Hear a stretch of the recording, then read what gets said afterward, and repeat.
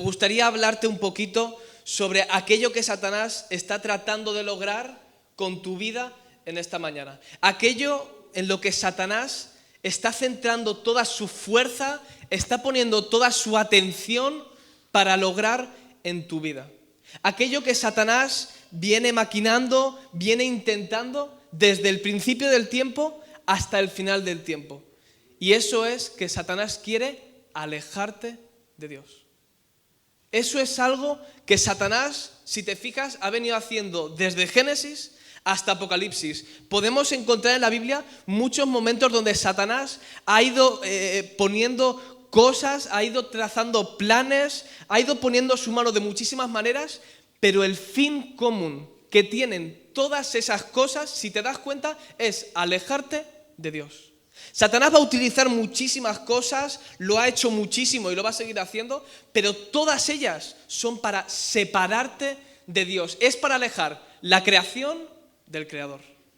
Por eso me atrevería a decir que el momento más triunfante de Satanás en su intento de alejar la raza humana de Dios se encuentra en el jardín del Edén.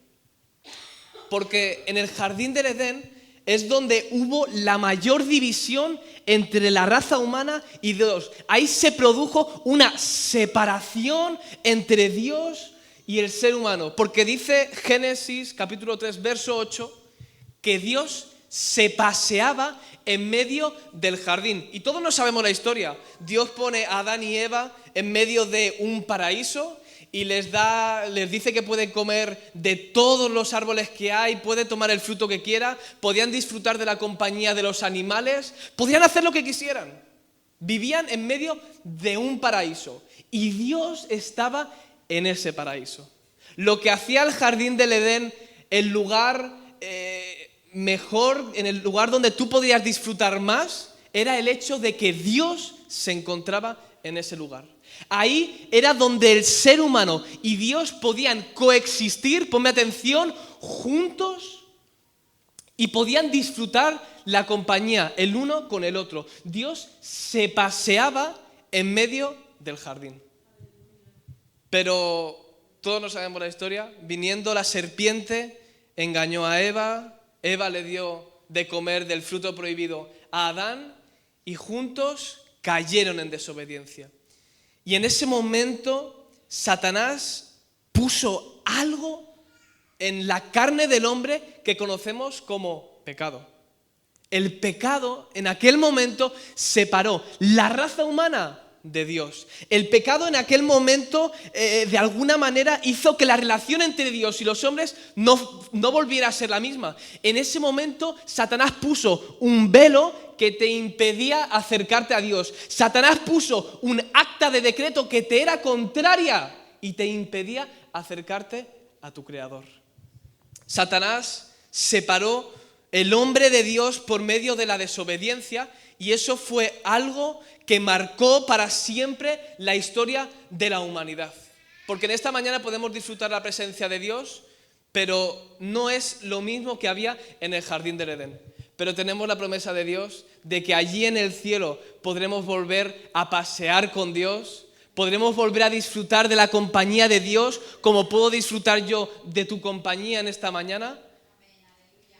Y en ese momento Satanás utilizó la desobediencia para alejar la raza humana de Dios. Pero sabemos que Satanás también es padre de mentira. Satanás no solamente va a utilizar la desobediencia para alejarte de Dios, sino que también va a estar utilizando la mentira para tratar de separarte de Dios. Sabemos que el enemigo no viene sino para robar, matar y destruir. Satanás va a utilizar el robo, la muerte y la destrucción para alejarte de tu Creador. Sabemos que a Satanás le encanta la división y va a venir poniendo un montón de situaciones para tratar de alejarte de la iglesia. Satanás va a meter división en tu vida para separarte de Dios. Pero en esta mañana tengo una noticia para ti. Hoy vengo a hablarte de algo que puede romper la división. Voy a hablarte de algo que puede romper la muerte, el robo y la destrucción. Hoy vengo a hablarte sobre intimidad. Intimidad es ese tiempo de calidad que tú tienes que pasar con Dios todos los días. La intimidad es ese tiempo de oración y de búsqueda del Señor que tenemos que tener con Él siempre. Es ese tiempo de leer la palabra, de escudriñar lo que Él nos dice y de estar en relación con Dios. Me gusta mucho esta palabra porque la intimidad es tiempo de calidad. Porque yo puedo pasar tiempo contigo, pero jamás va a ser lo mismo que pasar tiempo de calidad contigo. Entregarme completamente a ti. Eso es la intimidad. Y si te fijas en algo, Satanás siempre va a venir a atacar tu vida de relación con Dios. Satanás, cada vez que quiera separarte de Dios, en esa lucha que decimos que tiene Satanás de alejar la raza humana de Dios, lo que siempre va a hacer va a ser separarte de tu vida de intimidad. ¿Por qué? Porque Satanás sabe que si puede separarte de tu relación con Dios, podrá alejarte de Dios. Satanás sabe que si puede impedir que tú tengas tu vida de oración diaria, él va a poder alejarte de Dios. Porque de tu relación con Dios depende si tú estás cerca o lejos de Dios. Te lo voy a volver a repetir. De tu relación con Dios depende si tú estás cerca o lejos de Dios.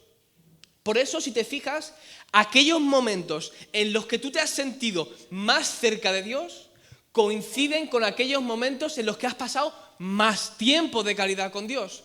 Yo, muchas veces, uno en su vida cristiana tiene sus momentos de bajón, tiene sus pruebas, sus luchas, y yo siempre, parando a meditar, porque lo medito todo, me he puesto a pensar y he pensado y he llegado a una conclusión de que aquel tiempo en el que he escuchado más la voz de Dios, ese tiempo en el que yo me sentía más cerca de Dios, ese momento donde yo estaba en la iglesia y yo podía sentir la presencia de Dios y yo estaba quebrado y todos a mi alrededor estaban flipando, ¿qué le pasa a ese niño? Esos momentos coinciden justamente con los momentos donde yo he pasado más tiempo con Dios. Porque la intimidad con Dios te acerca a Dios. Por eso Satanás siempre va a venir a atacar tu vida de intimidad. Siempre Satanás va a tratar de alejarte de la oración y luego va a venir a atacarte. Porque Satanás sabe que mientras tú puedas pasar 5 minutos con Jesús al día, vas a ser imparable. Vas a ser indestructible. Mientras tú puedas guardar tu relación con Dios, Satanás no va a poder atacarte de la misma manera. Por eso en esta mañana me gustaría que vieras tu relación con Dios como la relación entre dos amigos. ¿Qué hace que dos amigos sean dos amigos? El hecho de que esos dos amigos pasan tiempo juntos. ¿Qué hace que esos dos amigos sean dos amigos? El hecho que esos dos amigos van a dar un paseo por el parque. El hecho de que esos dos amigos quedan juntos cada fin de semana para tomar un café.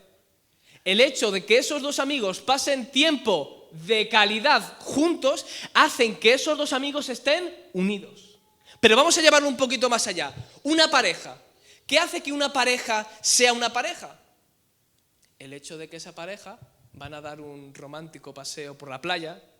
El hecho de que esa pareja quedan juntos para tomar un helado. El hecho de que esa pareja pasen tiempo juntos hace que esa pareja permanezcan como unidos.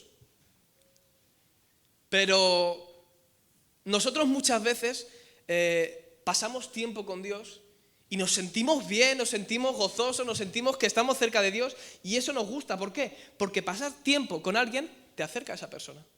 ¿Por qué yo estoy cerca de Natán? Porque yo paso tiempo con Natán. Porque yo le escribo a Natán, le hago mis preguntas. ¿Por qué yo estoy cerca del pastor? ¿Por qué conozco al pastor? Porque yo también paso tiempo con el pastor. Tal vez vamos a tomar un café. El hecho de que tú pases tiempo con alguien te acerca a esa persona. Y eso funciona entre nosotros, pero lo más importante es que funciona también con Dios. Si en esta mañana pasas tiempo de calidad con Dios, poco a poco te vas a ir acercando a Dios. Es algo que es así. Pero imaginemos algo. Imagínate que de repente esa pareja dejan de pasar tiempo juntos.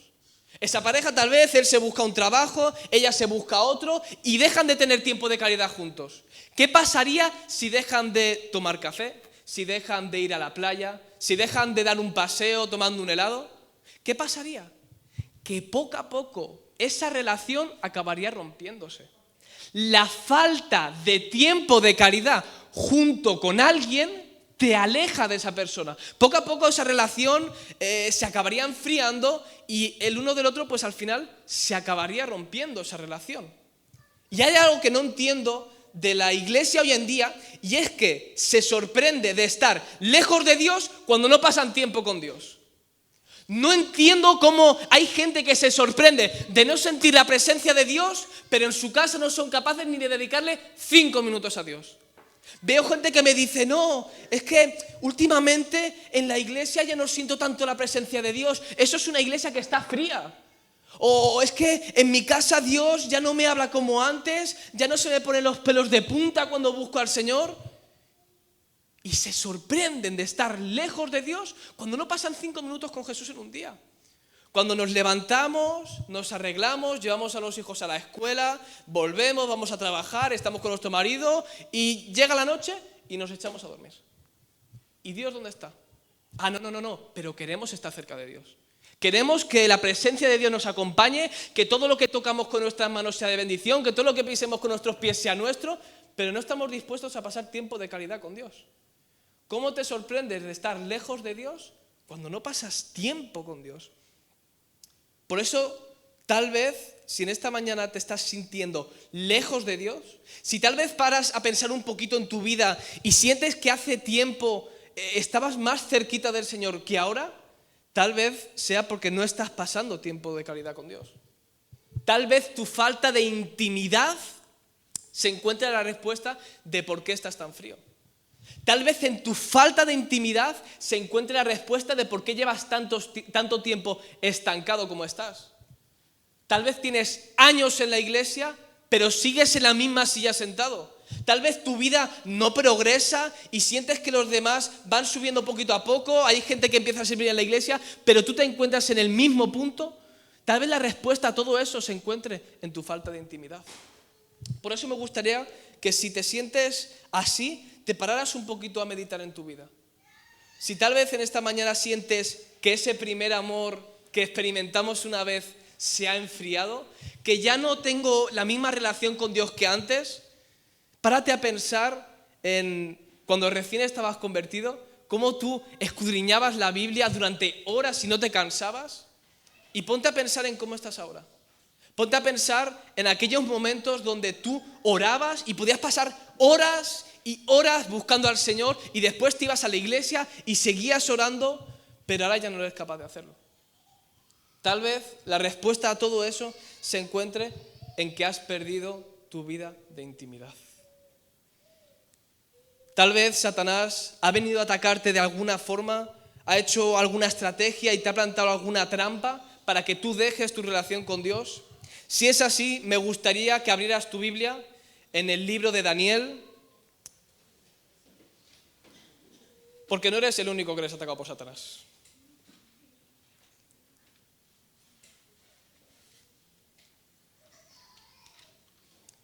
Daniel, capítulo 6, vamos a leer desde el verso 1.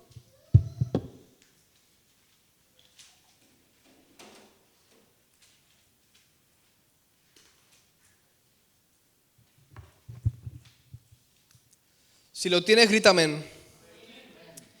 Dice así: pareció bien a Darío constituir sobre el reino 120 sátrapas que gobernasen en todo el reino, y sobre ellos 3 gobernadores, de los cuales Daniel era uno, a quienes estos sátrapas diesen cuenta para que el rey no fuese perjudicado.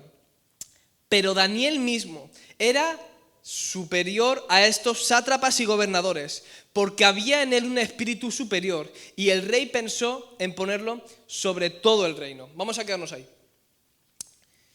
Daniel fue un hombre muy atacado por Satanás, y en este texto parece que no, porque aquí nos dice que el rey Darío puso sobre el reino 120 sátrapas y que sobre esos 120 sátrapas puso 3 gobernadores, de los cuales Daniel era uno. Parecía que Daniel estaba en una escala alta, ¿verdad? Parecía que Daniel estaba en un buen puesto. Pero como te digo, Daniel no siempre estuvo tan alto, Daniel no siempre estuvo tan prosperado, porque me gustaría remontarme unos años antes. Daniel era un muchacho de unos 17 años, 18 más o menos se cree que tenía esa edad, y él vivía tranquilamente en su ciudad, cuando de repente vino un rey que se llamaba Nabucodonosor, y llegando a esa ciudad, la sitió, se puso alrededor de la ciudad y decidió conquistarla. Llegó a esa ciudad y quemó todas las casas, rompió todos los edificios, todo lo que había a su paso fue quemado, destruido, rompió la muralla de la ciudad, incluso destruyó y quemó el templo de Dios, que representaba el mayor símbolo de relación entre Dios y los hombres, lo destruyó todo a su paso. Y llevó toda la gente de aquella ciudad cautivos, obligados a salir de su nación, y entre todas esas personas que tal vez perdieron un familiar, la Biblia no nos da muchos detalles, pero tal vez perdieron un ser querido, entre todos ellos se encontraba un muchacho que se llamaba Daniel. Con sus 17 años fue obligado a salir de su ciudad, tal vez perdió a alguien, tal vez Daniel perdió un familiar, un ser querido. La Biblia no nos da muchos detalles, pero sí que nos dicen que los únicos amigos que le quedaron fueron 3, Sadrac, Mesac y Abednego. Los únicos que le quedaron. Todos los demás habrían desaparecido, tal vez Daniel no sabría dónde estaban. Y todos ellos fueron sacados de su ciudad y fueron llevados a un lugar que se llama Babilonia. Di conmigo, Babilonia. Me gustaría hablarte un poquito sobre Babilonia, porque Babilonia representa un lugar de destrucción. Babilonia era aquel lugar donde todos los pueblos que habían sido conquistados por Nabucodonosor eran llevados. Babilonia era un lugar donde siempre sería común encontrar gente llorando, encontrar gente que lo había perdido todo, gente que tal vez tendría su casa en su ciudad, pero que siendo conquistados fueron obligados a ser llevados a un lugar que ellos no conocen.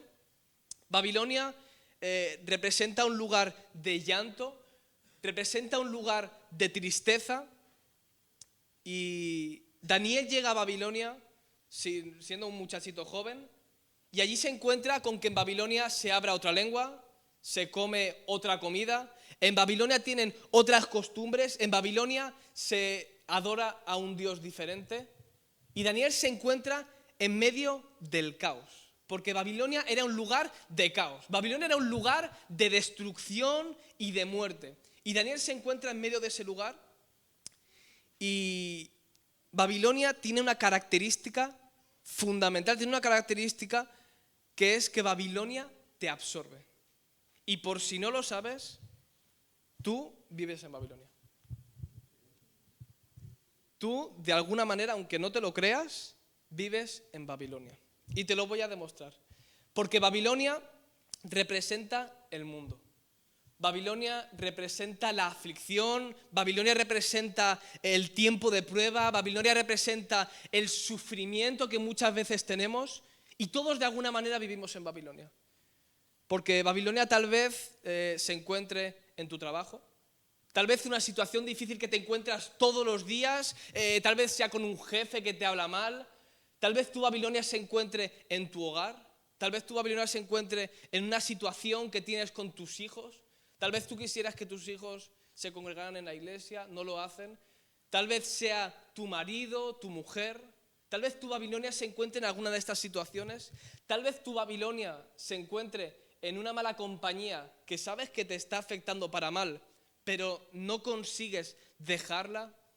Tal vez tu Babilonia se encuentre en una adicción que hace tiempo que no puedes soltar, como el alcohol, las drogas, el teléfono. Tal vez tu Babilonia se encuentre en la pornografía. Estas son palabras que no solemos utilizar mucho en la iglesia, pero que realmente nos afectan un montón. Por eso en esta mañana me gustaría plantearte una pregunta. ¿Cuál es tu Babilonia? Párate a pensarlo. ¿Cuál es tu Babilonia? ¿Qué es aquello que te ha llevado a perder tu relación con Dios, pero que no consigues romperlo? ¿Qué es aquello que hace tiempo, cuando tú estabas en tu primer amor, llegó a tu vida y que te ha llevado a perder tu vida de intimidad con Dios? Porque Babilonia quiere arrebatarte todo aquello que te acerque a Dios. Babilonia quiere cambiar tu forma de actuar, tu forma de hablar. Babilonia quiere cambiar el Dios al que adoras. Babilonia quiere romper con todo lo que tiene que ver contigo. Por eso me gustaría que te pusieras a meditar. ¿Cuál es tu Babilonia? Daniel se encontraba en medio del caos, en medio de la destrucción, pero me gusta muchísimo el verso 8 del primer capítulo de Daniel, porque dice el texto que Daniel se propuso en su corazón no contaminarse de Babilonia. Ponte en contexto, Daniel vivía dentro de Babilonia, pero Daniel propuso en su corazón no contaminarse de Babilonia. Tú puedes vivir en medio del caos, puedes tener una situación difícil con tu jefe, con tus hijos, lo que tú quieras. Pero si tú decides en tu corazón, estamos hablando de una decisión del corazón. Si tú decides en tu corazón no contaminarte, podrás vivir en medio de Babilonia sin que Babilonia viva dentro de ti. Te lo voy a volver a repetir. Podrás vivir en medio de Babilonia sin que Babilonia viva dentro de ti. ¿Cuántos se pueden entender esto? Daniel propuso en su corazón no contaminarse de la comida del rey, no contaminarse de las costumbres que tenías en Babilonia, sino que Daniel guardó su corazón. Y Daniel poco a poco, lo podéis leer desde el primer capítulo en adelante, Daniel poco a poco fue creciendo en medio de Babilonia. Daniel empezó a ser bien mirado por el rey, hasta que llegó a crecer un poquito. Y dice el texto que el rey pone 120 sátrapas en el reino. ¿Y alguien sabe lo que es un sátrapa? Yo tampoco lo sabía. Pero buscándolo vi que un sátrapa era como un pequeño gobernador que se ponía en una nación o en un reino y para que pudiera ir gobernando como las diferentes partes de la nación. Babilonia era un lugar grande y el rey pensó en poner 120 gobernadores en esa nación y sobre esos 120 gobernadores puso unos 3 gobernadores que gobernasen los 120 y de entre esos 3 gobernadores, dice el texto, que Daniel era el superior. El hecho de que Daniel guardara su corazón y no se contaminara de Babilonia hizo que Daniel fuera promocionado en medio de Babilonia. Porque cuando tú guardas tu corazón en medio de tu dificultad, Dios te promocionará. Dios te prosperará en medio de la destrucción. ¿Amén? Vamos a seguir leyendo desde el verso 4.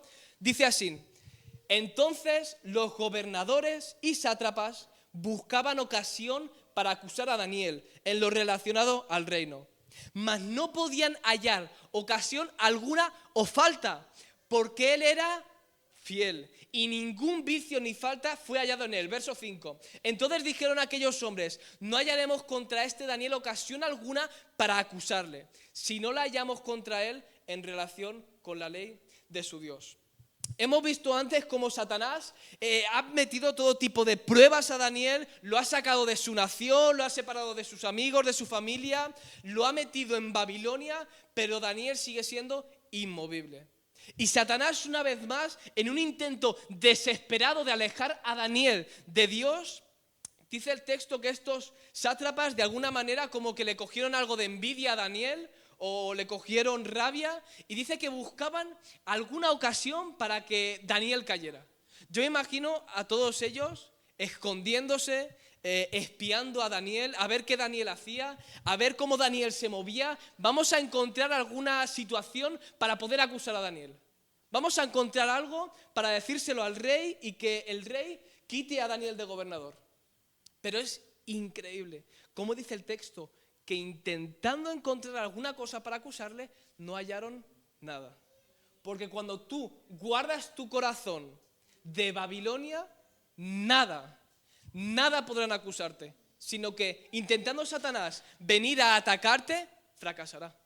Amén. Y dice el texto que ellos trataban de buscar alguna ocasión y que no hallándola, dice que solamente podían hallarla en relación a su Dios.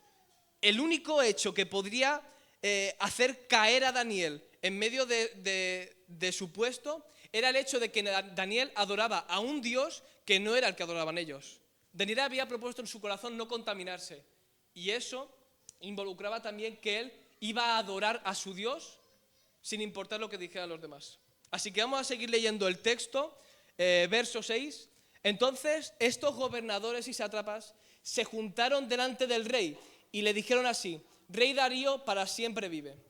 Todos los gobernadores del reino, magistrados, sátrapas, príncipes y capitanes han acordado por consejo que promulgues un edicto real y lo confirmes. Que cualquiera que en el espacio de 30 días demande petición de cualquier dios o hombre fuera de ti, oh rey, sea echado en el foso de los leones.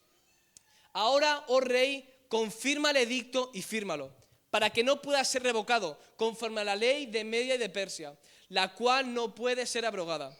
Firmó pues el rey Darío el edicto y la prohibición. Nos quedamos ahí.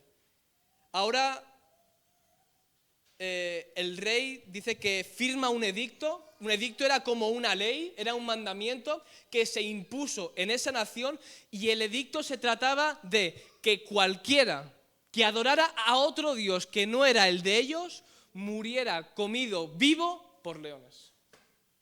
Cualquiera que no adorara al mismo Dios que adoraran ellos, estaba amenazado de muerte literalmente, para que se lo comieran vivo por leones. Aquí ya vemos cómo Satanás trata de desesperadamente alejar a Daniel de Dios. Porque Daniel era de los únicos que seguían adorando a otro Dios. Era casi un edicto solamente para él. Y aquí vemos cómo el rey firma ese edicto, vemos cómo Satanás pone otro intento de alejar a Daniel. Y tal vez en esta mañana Satanás haya tratado de alejarte a ti de tu relación con Dios. Tal vez Satanás te ha llevado a Babilonia y allí te está tentando, allí te ha puesto 1000 situaciones. Tal vez Satanás ha conseguido alejarte de tu relación con Dios. Pero lo que dice el verso 10 es algo que puede romper las cadenas que te están atando en esta mañana. Porque yo creo algo, y es que Dios hoy puede romper con todo aquello que Satanás ha venido a poner en tu vida para alejarte de Dios. Si tú te dejas hoy, yo te puedo asegurar que Dios va a romper con toda la obra que el enemigo viene haciendo desde hace tiempo. Vamos a leer el verso 10.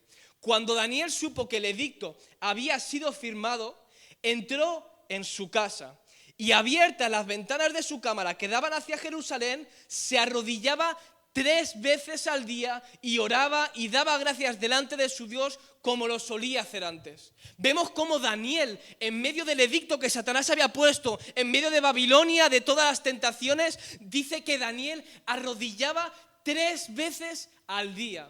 Vemos cómo en medio de la amenaza de muerte de Satanás, Daniel no se echaba atrás, sino que Daniel, abiertas las ventanas de su cámara, se arrodillaba 3 veces al día. Cuando Satanás vino a atacar a Daniel, Daniel se encerró en intimidad. Cuando Satanás vino a poner todo tipo de pruebas a Daniel, Daniel se ponía a orar. Por eso me gustaría que te pusieras a meditar tú.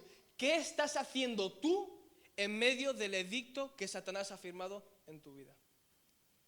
¿Qué estás haciendo tú en medio de la situación que tienes con tus hijos? ¿Qué estás haciendo? Cuando Satanás viene a atacarte todos los días con tu jefe, ¿qué estás haciendo tú? ¿Qué estás haciendo tú cuando Satanás viene a ponerte 1000 situaciones? ¿Qué estás haciendo tú? Hay algunos que se esconden entre las drogas. Hay otros que dejan de venir a la iglesia porque en la iglesia no tienen amor conmigo. Hay otros que tal vez se refugian en sus adicciones, pero me parece increíble lo que hace Daniel, porque Daniel sabe que mientras pueda doblar sus rodillas, va a poderse mantener firme en medio de Babilonia. Por eso, ¿qué estás haciendo tú? ¿Estás doblando tus rodillas 3 veces al día en medio de tu situación o te estás tirando al suelo a llorar? ¿Qué estás haciendo tú? Porque muchas veces queremos ver lo que veía la gente de Dios en la Biblia.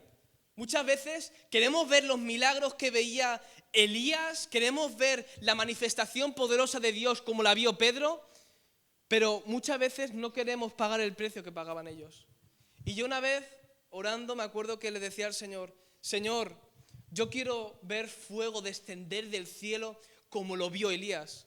Señor, yo quiero sanar y echar fuera demonios con tan solamente pasar la sombra de mi mano.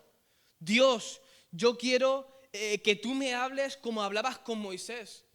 Dios, yo quiero que tú te derrames en mi vida de la misma forma que te derramaste en el Pentecostés. Pero el Señor me habló una palabra fuerte y es que me dijo, ¿estás pagando tú el precio que pagaban ellos? ¿Quieres ver la manifestación que Dios hizo en Elías, pero estás pagando el precio que pagaba Elías? ¿Quieres tú ser lleno del poder del Espíritu Santo como lo fue Pedro, pero estás pagando tú el precio que pagó Pedro? Y con pagar el precio no me refiero a hacer sacrificios ni nada de eso. Con pagar el precio me refiero a vivir una vida de intimidad con Dios. Ese es el precio que tienes que pagar en esta mañana si quieres que Dios rompa las cadenas que te tienen atado. Porque séte sincero, hace tiempo que no buscas al Señor como lo buscabas antes. Hace tiempo que has dejado tu relación con Dios y estás más alejado de Dios. Por eso me gustaría invitarte en esta mañana a que cierres tus ojos y que te pongas a meditar. ¿Qué es aquello que hace tiempo te ha alejado de Dios? ¿Qué es aquello que te ha llevado a perder tu vida de intimidad con Dios? ¿Te sientes mal por no estar cerca de Dios? Pero deja eso a un lado y céntrate en qué es lo que te está llevando a perder tu vida de intimidad con Dios. ¿Qué es aquello que hace tiempo llegó a tu vida y que te está matando por dentro? ¿Qué es aquello que Satanás viene a utilizar para hacerte cautivo de Babilonia?